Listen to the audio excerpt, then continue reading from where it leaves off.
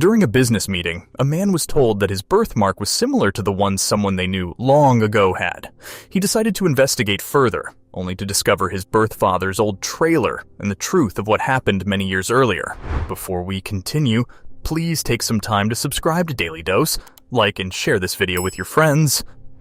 You know, Andrew, before we finish this meeting, I want to ask you something. Have you always had that birthmark on your arm? Mr. Collins asked Andrew toward the end of their business meeting. Mr. Collins owned a competing contracting firm, but they would be in business together if Andrew could secure this contract.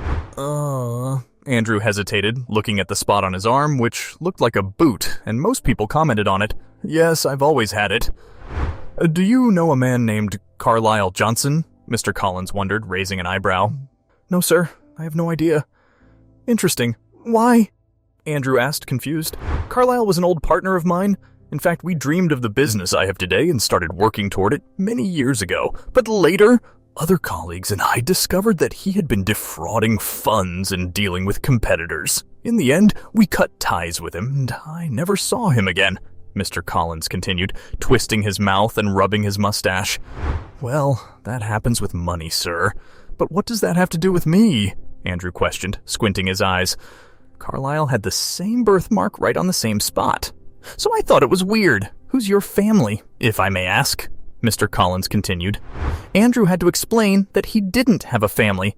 He was abandoned on the doorstep of a group home many years ago, and then bounced around between foster homes until he turned 18. I had to make it in the world without any help, but I like to think I made it rather successfully. Or at least I'm on my way. Andrew finished, lifting one side of his mouth.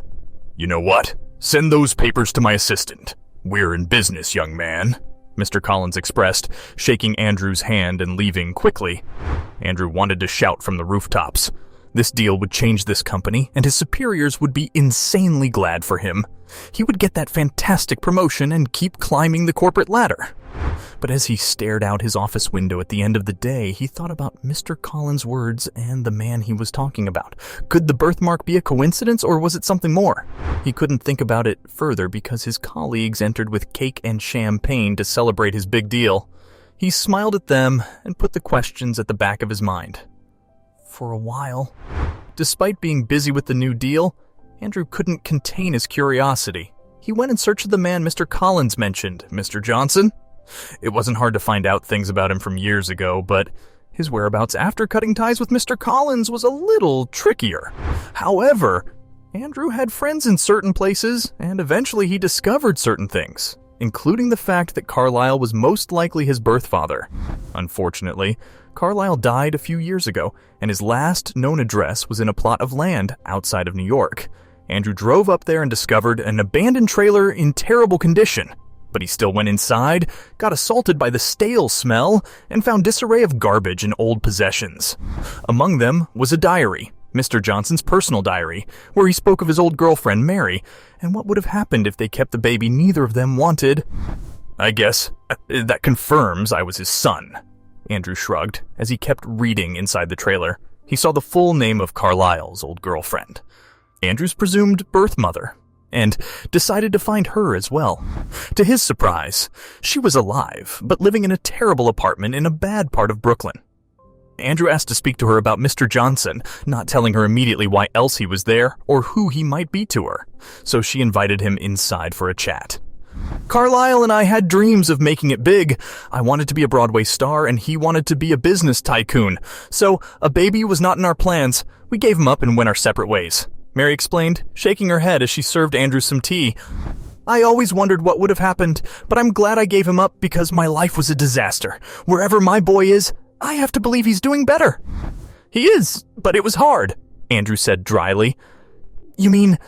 The old woman asked, looking at Andrew with a mixture of wonder and regret.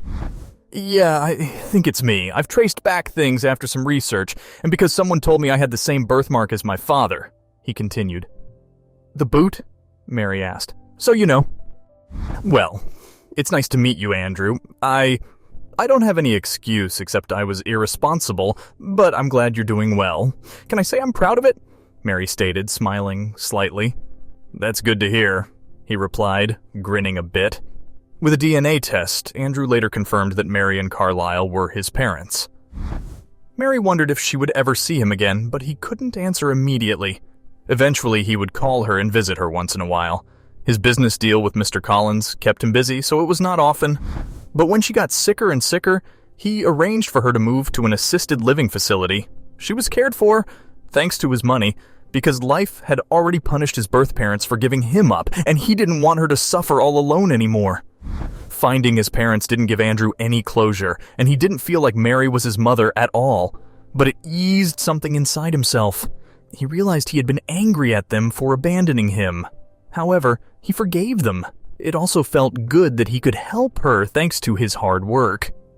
Eventually, his real family came later when he married Mr. Collins' youngest daughter, Alyssa, and had 3 children.